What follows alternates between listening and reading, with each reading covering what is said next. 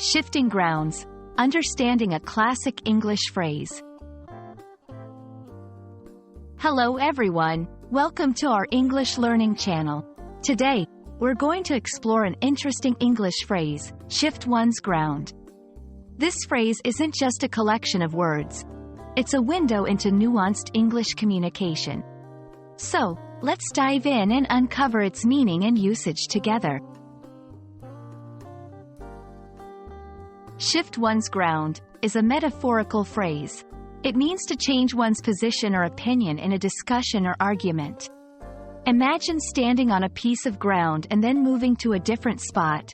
That's what this phrase figuratively represents, but with opinions or viewpoints instead of physical positions. This phrase has a rich history in the English language. It's believed to originate from military strategy, where physically shifting ground can be crucial. Over time, it evolved into a metaphor for changing one's stance in debates or discussions. Using shift one's ground correctly can add depth to your conversations. Here are some examples. During the debate, he had to shift his ground several times to counter the new evidence. She shifted her ground after hearing the compelling argument from the other side.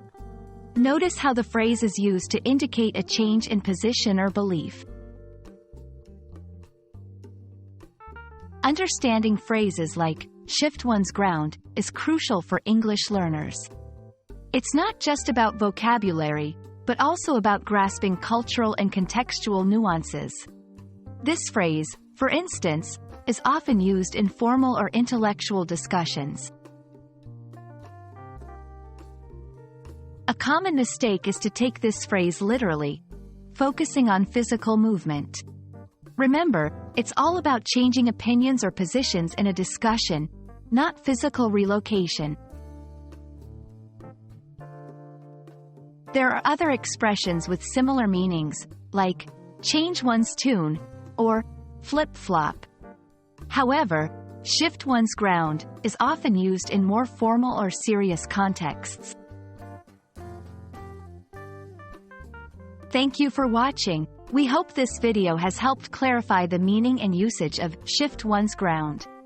It's a phrase that beautifully illustrates the dynamic nature of language and thought. Keep practicing, and you'll soon master not just the words, but the art of English communication.